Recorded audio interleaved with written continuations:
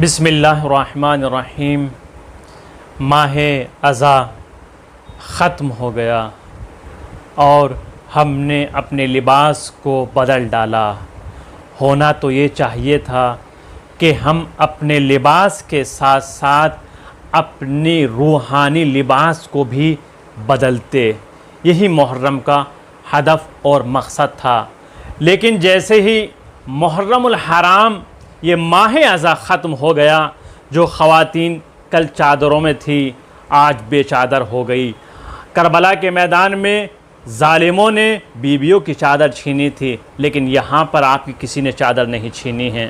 آپ آج دعویٰ کر رہے ہیں کہ ہم شیعہ حیدر کرار ہیں، ہم علی کے ماننے والے ہیں، ہم فاطمہ زہرا سلام اللہ علیہا کے لال کو پرسہ دینے والے ہیں، تو آپ کی چادریں کہاں چلی گئیں؟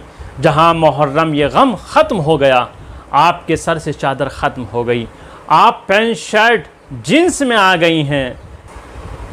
محرم کا ہدف اور مقصد اپنے آپ کو بدلنا تھا، نہ یہ کہ آپ صرف لباس بدلے۔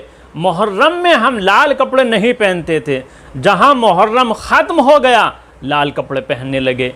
محرم میں جشن نہیں مناتے تھے، جہاں یہ محرم ختم ہوا، سوگ ختم ہو گیا، ہم جشن منانے لگے۔ لیکن میں آپ سے سوال کرتا ہوں، کیا یہی غم حسین کا مقصد تھا؟ میرے دوستوں، میرے عزیزوں، میرے جوانوں، یہ نہیں تھا مقصد حسین۔ اپنے آپ کو بدلنا، اپنے آپ کے اندر انقلاب لے کر آنا، اپنے لباس کو بدل دینا۔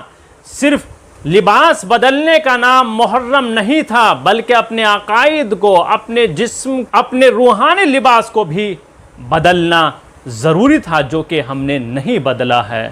آج ہم دیکھ رہے ہیں ہمارے قوم میں وہی فتنہ فساد ہے، وہی جھوٹ ہے، وہی مکر و فریب ہے۔ یعنی محرم کو ہم نے صرف ایک رسم سمجھ کر منایا تھا، ایک مقصد سمجھ کر نہیں منایا۔ کاش کہ مقصد سمجھ کر مناتے تو کسی مقصد پر پہنچ پاتے ہیں۔